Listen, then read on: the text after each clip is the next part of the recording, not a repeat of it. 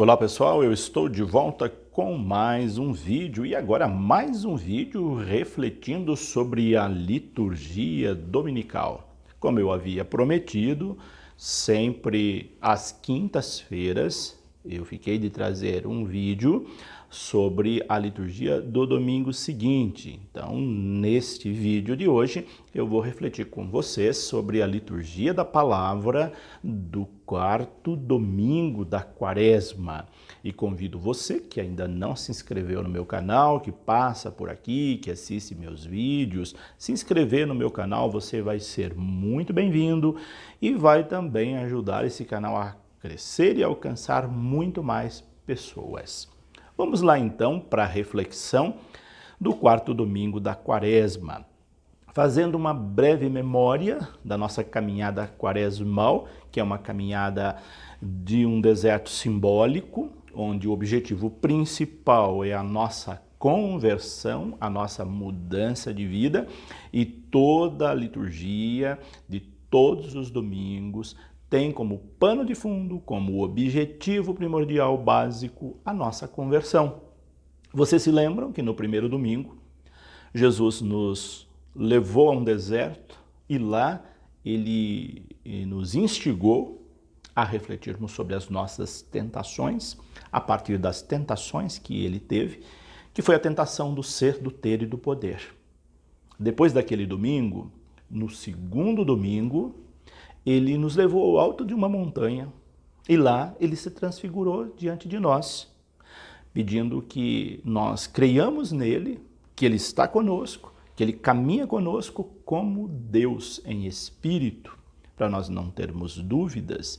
E ao se transfigurar diante de nós, ele nos fez um grande apelo, que nós transfigurássemos a nossa vida, as realidades que nos cercam, e assim pudéssemos caminhar rumo ao reino definitivo. No domingo passado, terceiro domingo, ele nos tomou pela mão e nos levou ao poço de Jacó. Sentou ali na beira do poço e viu em cada um de nós a mulher samaritana sedenta de água viva.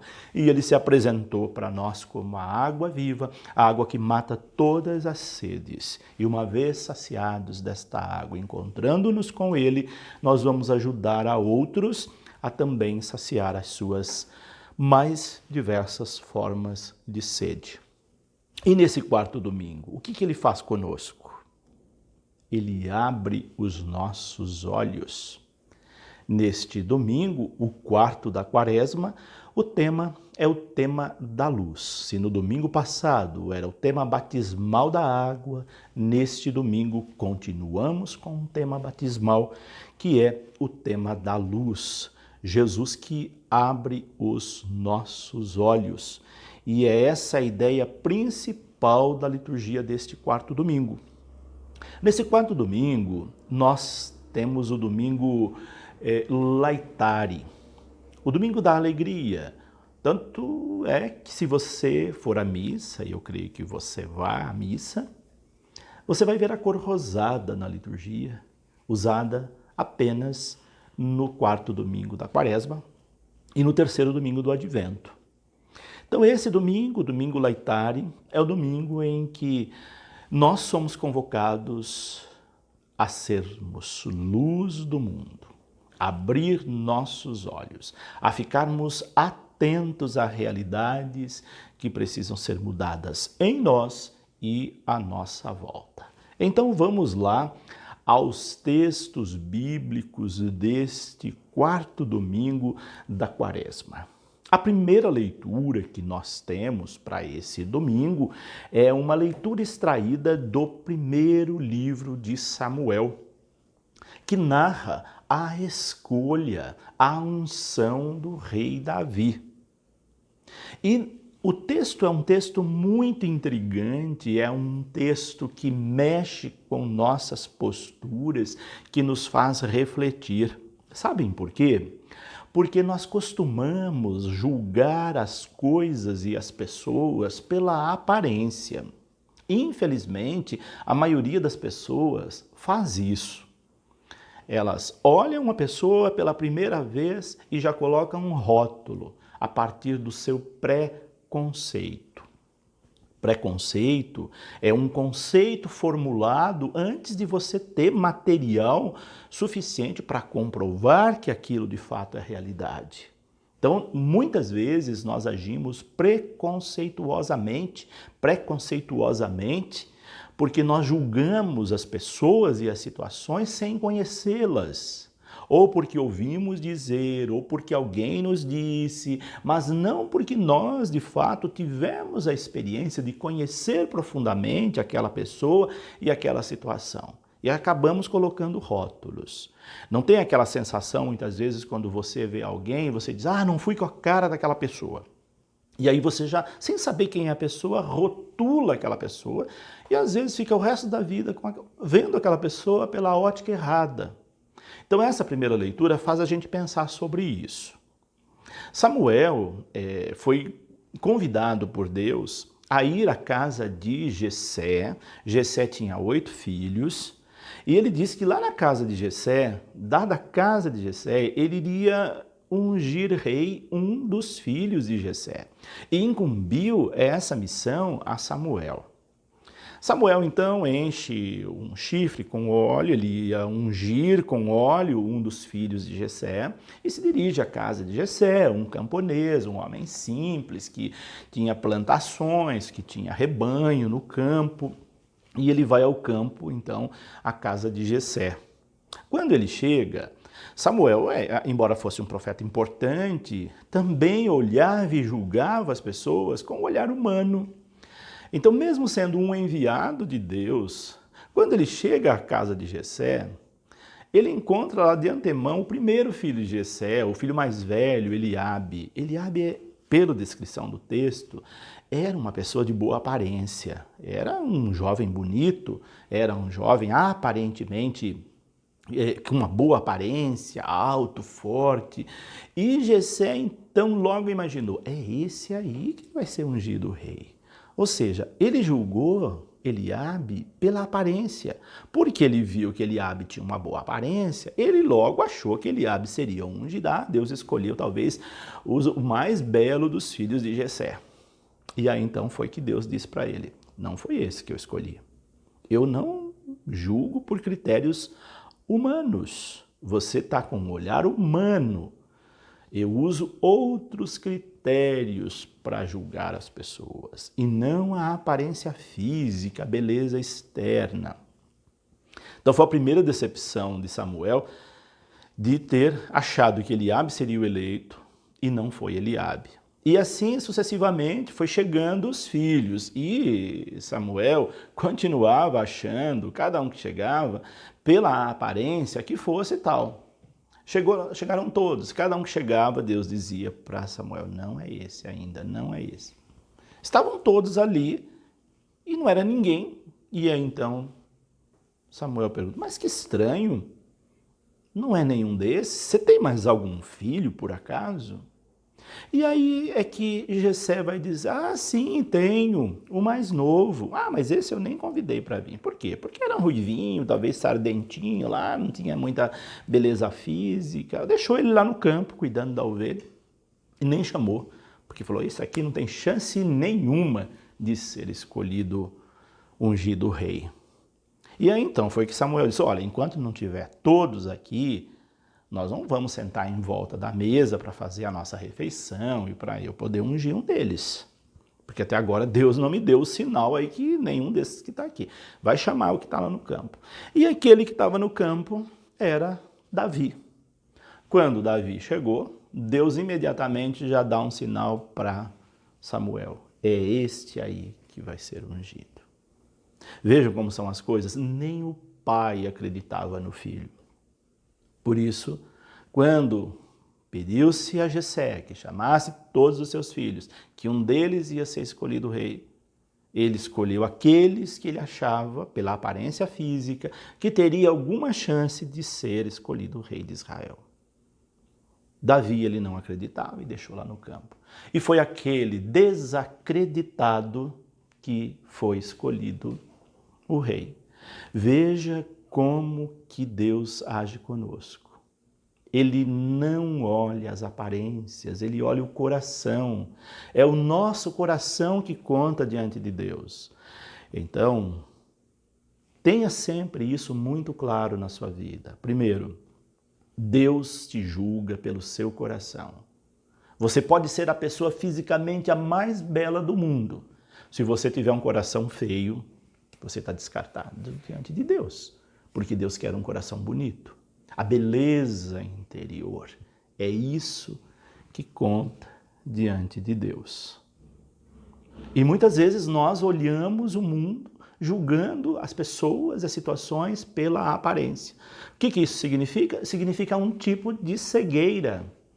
E é disso que vem falar o Evangelho para nós, de cegueira, porque muitas pessoas pensam que enxergam, mas não enxergam, porque elas estão cegas para as coisas de Deus. Não basta ter dois olhos, não basta enxergar literalmente, é preciso enxergar com o olhar do coração.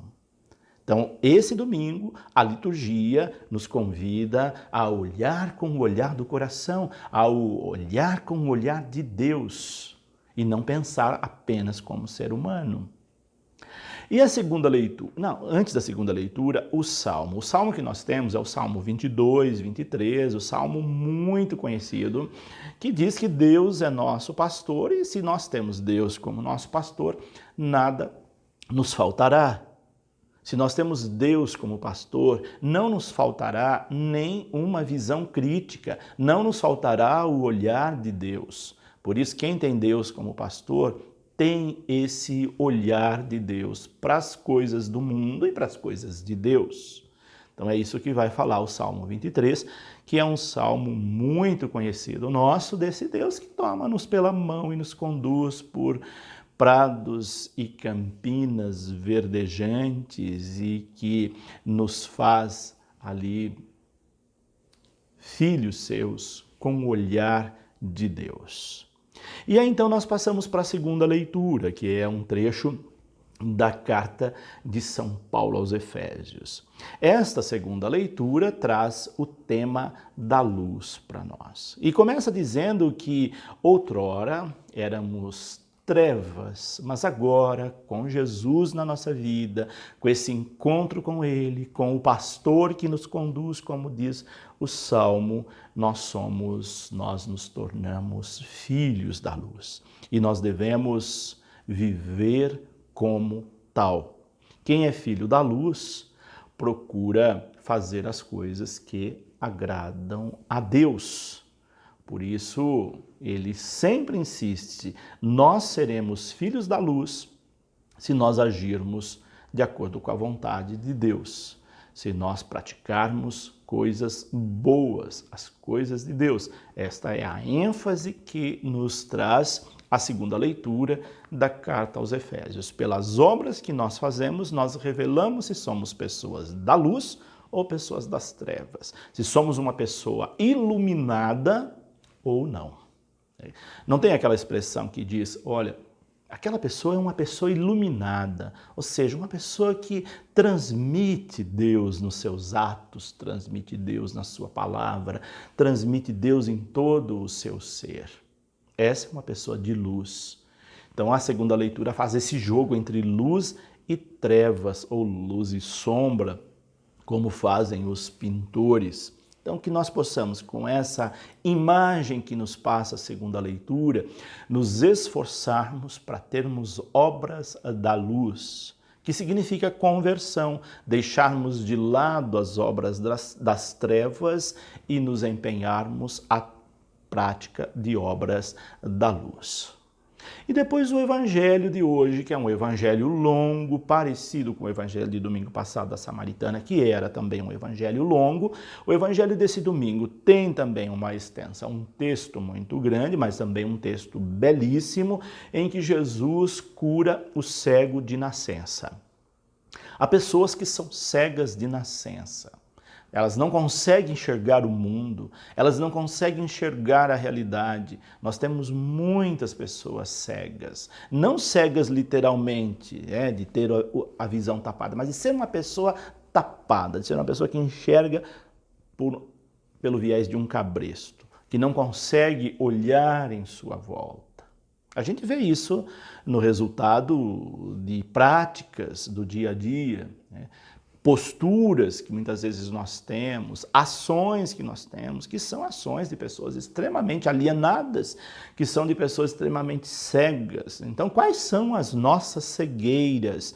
Jesus não quer pessoas cegas, porque pessoas cegas são aquelas pessoas que acabam por ter atos que prejudicam a todos. Isso é a cegueira figurada. Eu não me refiro aqui à pessoa que não tem visão, literalmente, mas uma cegueira simbólica que é muito prejudicial para a pessoa e para a sociedade. E há um número de cegos muito grande, de gente que pensa que enxerga. Tem até aquele dito popular que diz que o pior cego é aquele que não quer ver.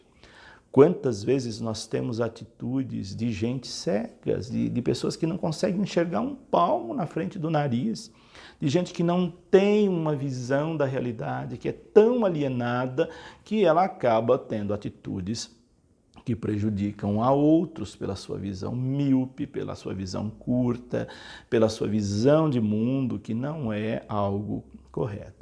Mas Jesus deseja que todos tenham uma visão, a visão para as coisas de Deus. É isso que é importante que fique claro, que as pessoas enxerguem as coisas de Deus, que saibam discernir entre o bem e o mal, que saibam discernir realidades.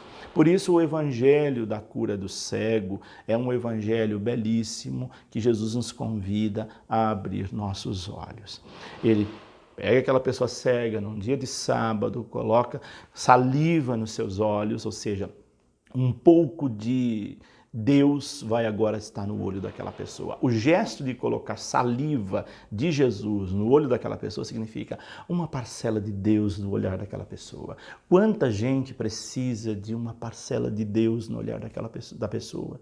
Porque ela acaba julgando os outros, condenando, falando mal. Pessoas que fazem isso não têm parcela de Deus no seu olhar. Nós precisamos ter uma parcela de Deus no nosso olhar. Estamos carentes que Jesus venha até nós, pegue a sua saliva e coloque nos nossos olhos para podermos enxergar as coisas que ele faz. Então o texto tem várias narrativas, mas o essencial é nós entendermos que ele quer pessoas de olhos abertos para as coisas de Deus. Ele está dizendo para nós, fique esperto para essa situação, para essas pessoas, para esses acontecimentos. Não seja ingênuo, não se deixe enganar, não se deixe manipular, porque você precisa olhar o mundo e as pessoas com o olhar de Deus. Se nós não tivermos um olhar de Deus, nós nos deixamos enganar, as pessoas acabam nos levando como alguém que guia um cego,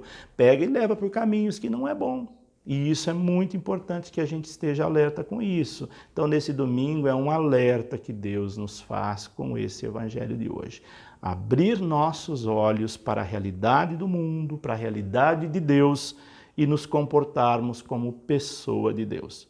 Olha aí a sua volta, veja o seu comportamento, veja se você está vendo as coisas com o olhar de Deus, se você não está propagando notícias falsas, se você não está colocando pessoas em pânicos desnecessariamente, se você não está prejudicando a vida de outros com o seu comportamento, antes de você propagar uma mensagem, antes de você propagar uma ideia, pense, reflita, aprofunde, pesquise se aquilo é real, para você não estar levando para frente coisas, atitudes de alguém que não enxerga a realidade ou não enxerga com o olhar de Deus. Fique esperto, fique atento. É Jesus que diz isso para nós neste quarto domingo da Quaresma. Por hoje é isso. Deixo aqui meu abraço e até o nosso próximo vídeo. Que Deus os abençoe. Em nome do Pai, do Filho e do Espírito Santo.